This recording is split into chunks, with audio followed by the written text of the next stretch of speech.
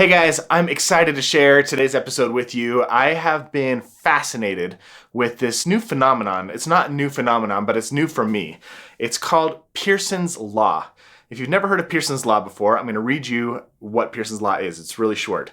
Pearson's Law states that when performance is measured, performance improves, and when performance is measured and reported back, the rate of improvement accelerates. This is fascinating to me. So I started thinking about all the areas of life where this specific principle applies. The most obvious one that everybody kind of would go to first is weight loss. If you want to lose weight, if you want to get in shape, one of the easiest and most effective things that you can do is download an app like MyFitnessPal and start counting your calories. When you start measuring your food performance, when you start measuring what's going into your body and looking at it on a regular basis and kind of reporting to yourself what you're putting into your body, you start to become more conscious, and you start to stay in more of a calorie deficit, and then you start to lose weight. It's like super easy. If you don't track your calories and you just try and spitball it, it's way more likely that you're gonna overeat and you're not gonna lose weight the way you wanted to. Another really clear example is in business. If you want to hit your business goals, if you have sales numbers, or if you want to keep your business in business, there's revenue goals and profit goals that you have to hit. You have to sell a certain dollar amount of products in order for your business to stay open and for you to pay all your bills and pay yourself. And when you track specific metrics like new customers or how much each customer is spending on a purchase, you can start to work your way backwards towards the goal that you need to keep your doors open or have business growth. It's just really interesting principle. That's why salespeople have sales goals. That's why entire departments have monthly and quarterly and annual goals. It's because they know that if they can get a clear idea of what actions you need to repetitively take in order to hit your goals, you can track those goals, and when you report back on them on a regular basis, your ability to hit those goals improves over time and reach those goals. And I started thinking about how this principle applies to marriage, and I'm like, who does this in marriage? Who applies Pearson's Law to their marriage? Who tracks their performance and reports it back in order for their improvement within their marriage to accelerate? And I can't think of many people who do that. I really can't think of hardly anybody who does that. Like, how do you create, for lack of a better term, key performance indicators for your marriage as a husband or a wife? So I started thinking about this, and I realized that in 2020, I want to be a much better husband than I've been. And if I'm going to improve, I can't just nebulously think about areas of my relationship where I need to be better. I need to create a specific game plan, and I need to be able to set benchmarks for myself. I want to be able to measure myself against who I was yesterday and the day before and the day before that. So I decided to build myself what I'm calling a husband scorecard. And I want to show you that right now. And this is going to be part of an ongoing experiment. I have no idea how this is going to impact my marriage, but I wanted to share it with you right now in case you wanted to do it with me. And then in a couple of weeks, I'm going to report back and I'm going to tell you how this is going. So I'm going to switch over. If you're watching on video, I'm going to change rooms now. If you're watching on audio, or listening on audio, you probably won't notice a difference. All right, guys. So here we are in my bedroom with not ideal lighting. And this is the project that I worked on during the first couple of days of the new year. I started this on January 6th, which was the first Monday of January. And I spent the days before that kind of working on this. So if you can see, I hope it's clear here. We might need to move the camera and focus a little bit. But essentially what we've got here is a scoreboard. So I've got my daily goals, which I've broken down into personal goals: workout, meditate, take care of my body and my mind right here. And I know that in taking care of myself that way, I'm going to be able to show up better as a husband. And then I've got some trackable, measurable goals as a husband. So I have help clean the house every single day. I have initiate physical affection, a 6-second kiss, which I know is something that my wife really loves. The magic ratio, so this is the Gottman principle that the happiest couples have a ratio of 20 positive interactions to every 1 negative interaction. So my goal is to minimize negative interactions and maximize positive interactions. And every day I rate myself on a scale from 1 to 10 for how I did. Gratitude and appreciation. Am I expressing lots of gratitude for my wife every day? Rate myself on a scale from 1 to 10. And then love maps, yes or no? Did I ask her an open-ended question to get to know her world a little bit better? Up here in the corner, I have a personal goal for this week. So every week I ask my wife on a scale from 1 to 10, how was I as a husband? She rates me. And I always want an honest opinion. And last week, I think she said I was a 7. And I said, what will bump me to an 8? And she said, if you would give me the benefit of the doubt.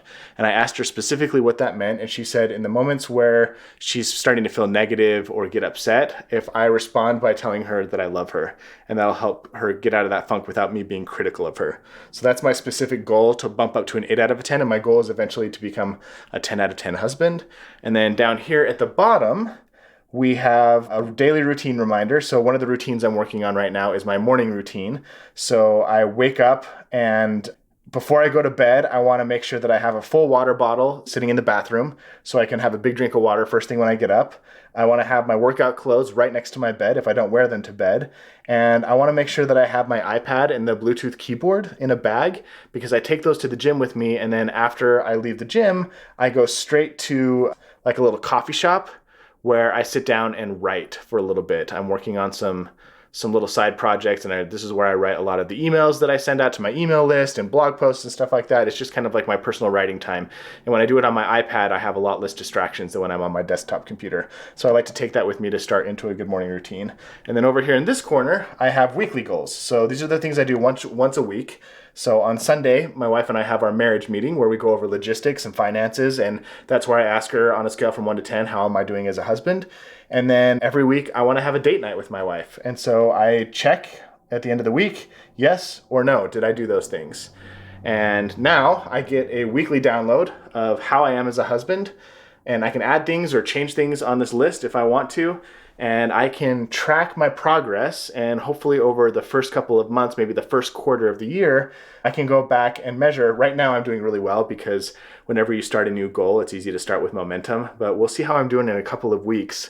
If having this scorecard next to my bed as a reminder of how I'm trying to show up for my wife every day actually helps me be more consistent with my efforts as a husband. So before I leave this episode, I want to ask you, what are the trackable, measurable, repeatable things that you can do that will make an impact in your partner's life? What are the things, if you were to create your own scorecard of how you were doing as a husband or as a wife, what are the things that you would put on that scorecard? What are the daily things and the weekly things? What are the weaknesses you're trying to strengthen? Like right now, I'm trying to strengthen giving my wife the benefit of the doubt. What are the goals you're trying to work on? Like right now, I'm trying to make sure that my morning routine is really solid and that I don't leave the house without the things that I need to accomplish the goals that I have for the rest of the day? And what are the things that you need to do to nourish yourself and nourish your relationship so that you have a 10 out of 10 marriage? I don't know what that looks like for you. If you guys want to copy this scoreboard, go for it. If you want to come up with your own version of it, absolutely go for it. If you want to help me develop this, I have a couple of ideas. One of the things I'm thinking about is developing like a downloadable PDF that you could put behind a frame, and it has the template there, and then you could just fill it in. If you're interested in that, let me know. And then also I would love if there's somebody who has like design talents that wants to help me develop this, would totally be open to that.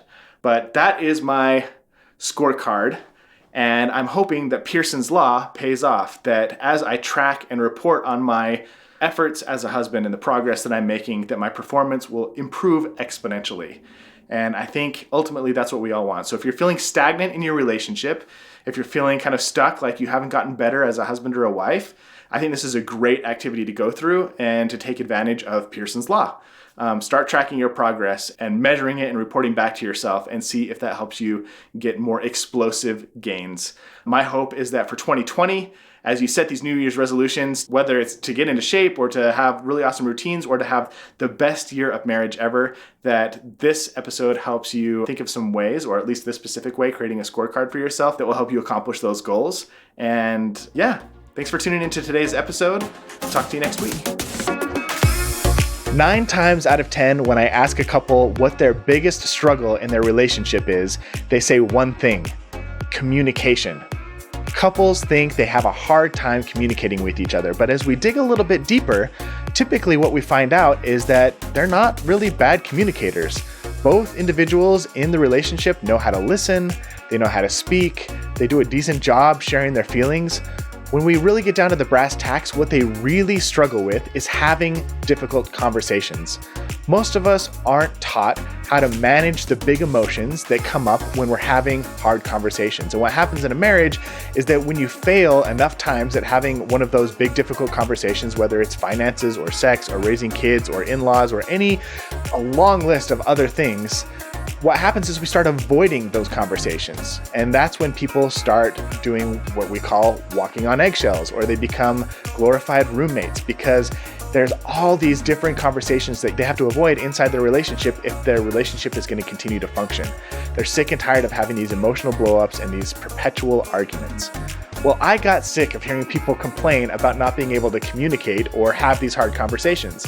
So for the last year, I have been hard at work putting together an amazing course to teach people how to navigate difficult conversations successfully, how to manage those big, hard conversations that always end up in an argument, and do it in a way that leaves you both feeling happy, connected, fulfilled, and that turns the conflict that used to kind of linger inside your relationship, or that tension that used to just loom over you when you had these conversations for weeks or even months or days, and turn that into hours or minutes, or completely get rid of it altogether.